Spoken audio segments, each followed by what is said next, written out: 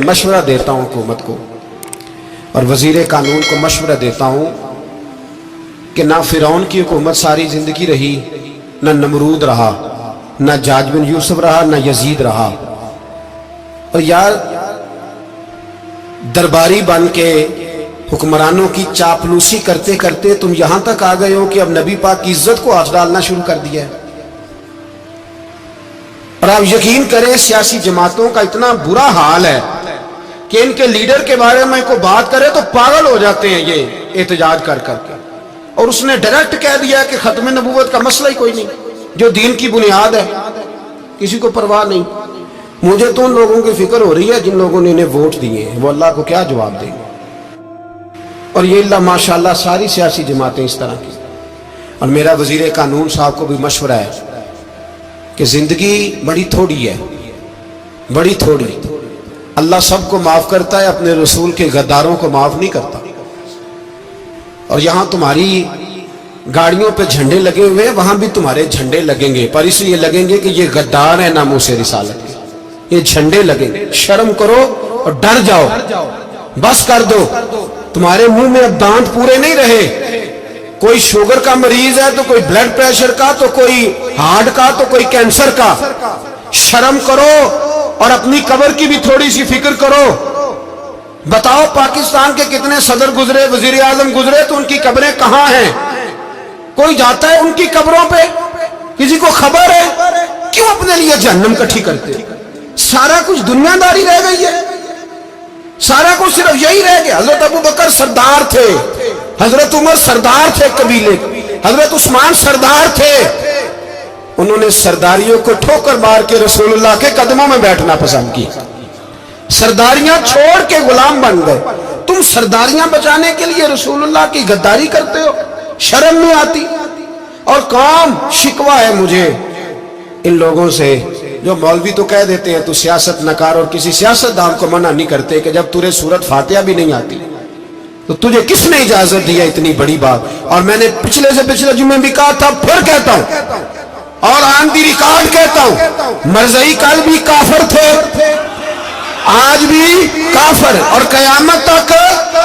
और जो उनके कुफर में शक करे वो भी, और पक्का बेईमान है, काफिर है। वो वजीर कानून हो या सुबाई हो या विफाकी हो, मन शक्का फी कुफर ही फकत कफर। जो मरज़ई के कुफर में शक करे वो भी काफिर है। हमारे रसूल आखिरी रसूल है।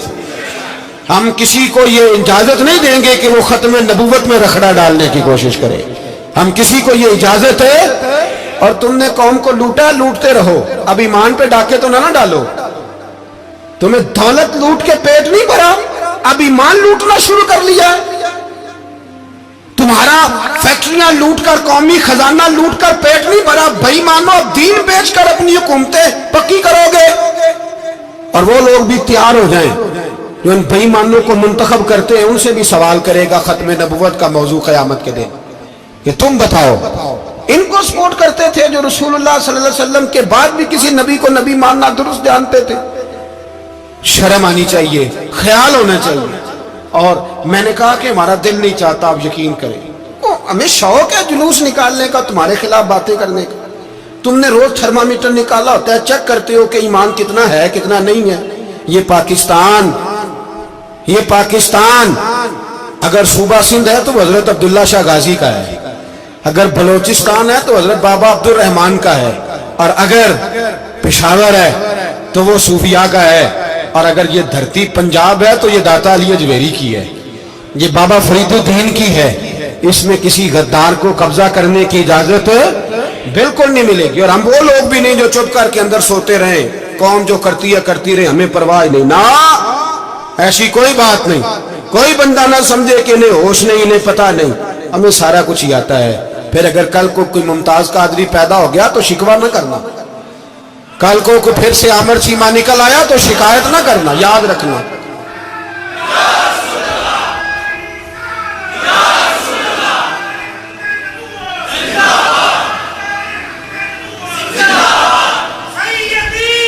तो मेरे भाई खोल के बोलो, या नबी रसूल के बोलो। صلی اللہ۔ تو یہ مشورہ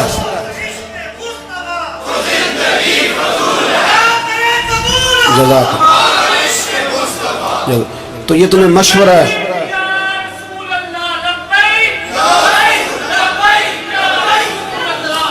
میری بات سنیں، یاد رکھیں، یہ لوگ بعد میں پچھتاتے ہیں، پھر مناظرے کراتے پھرتے ہیں، اس نے صحیح کیا کہ غلط کیا، پھر انہیں ہوش آتی ہے بعد میں، پھر ان کے ہواری نکل نکل کے میدانوں میں دلیلیں دیتے ہیں۔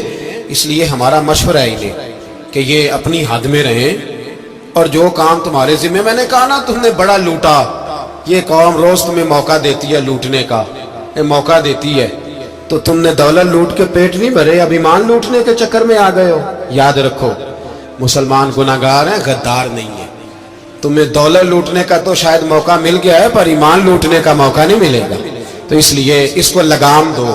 اور ویسے بھی کتا جو پالتو ہوتا ہے نا، اس کو گھر کے اندر سنگلی سے باندھ کے رکھنا چاہیے۔ یہ تمہارے بوٹ چاٹتے ہیں، بھونکتے ہیں تمہارے حق میں، وزارتیں لیتے ہیں، ہم نے تو کوئی وزارت نہیں لی تم سے، اور نہ ہمیں شوق ہے، اس لیے کہ ممبری کیا کرنی ہے جس کو ممبر رسول عطا کر دیا جائے، اس نے کیا کرنی ہے یہ ممبریاں، اس کو پکا پکا ممبر رسول دے دیا جائے، تو اس لیے اس سے باہر آؤ۔ میں نے کہا بڑے بڑے نمرود، فرعون، قارون دفن ہے، تمہارا بھی نام تک نہیں ہوگا، بالکل نام نہیں ہوگا۔ اس لیے ہمارا مشورہ، اور آپ لوگ بھی آئے نا یہ اگلے سال، تو ان کو کھڑا کر کے پوچھ لینا، اسلامی جمہوریہ پاکستان کا تم نے MPM بننا ہے، پہلا کلمہ ہی صحیح سنا دو، چلو خدا کا واسطہ یہی بتا دو کہ تمہیں نماز بھی ڈھب سے آتی ہے کہ نہیں، اور آپ کی موج ہے، آپ بٹھا لیتے ہیں سر پہ، کیا کرے، سمجھانے والے مفت گناہگار ہو گئے اور بہکانے والے سب تمہارے یار ہو گئے۔ اس لیے یہ چھیڑتے ہیں جان بوجھ کے، اور پھر جب کوئی ممتاز قادری علیہ رحمہ پیدا ہوتے ہیں، پھر انہیں دشواری ہوتی ہے، پھر ان کا جینا مشکل ہو جاتا ہے، یہ موقع دیتے ہیں، پتہ نہیں کس کے ایجنڈے پہ عمل کر رہے ہیں۔ میرا سوال یہ ہے، میں نے پچھلے جمعے پھر میرا سوال ہے کہ میں پوچھتا ہوں، اس آدمی کو ضرورت کیا ہے ختم نبوت پر بات کرنے کی؟ جب امت مسلمہ کے متفقہ فیصلہ ہے کہ مرزائی کافر، اسمبلی نے بل پاس کر دیا کہ مرزائی، ان کو اقلیت قرار دے دیا، اور جب سے وہ اقلیت بنے، نہ ہم نے ان کی عبادت گاہ جلائی، نہ ہم نے ان کو قبروں سے نکالا، نہ ہم نے، بس ٹھیک ہے جیسے عیسائی رہتے ہیں، یہودی سے کس ملک میں رہتے ہیں وہ بھی رہے، اقلیت بن کے رہے، کوئی اعتراض، پر تم انہیں کھینچ کھونچ کے کیوں قریب کرتے ہو؟ تمہارا کیا جرانہ ہے ان کے ساتھ؟ بتاؤ تو صحیح۔ ان لوگوں سے ان کو چاہیے اپنے منہ میں لگام ڈالیں، اور اگر نہیں ڈالیں گے پھر انشاءاللہ ڈالی جائے گی، اور بڑی تگڑی ڈلے گی، اور پھر ایسی ڈلے گی، ایسی ڈلے گی۔ سلمان تاثیر جب مرا تھا نا، تو 5-5 لاکھ روپیہ مولویوں کو آفر کی جنازہ پڑھاؤ، 5-5 لاکھ روپیہ چھوٹے چھوٹے مولویوں کو۔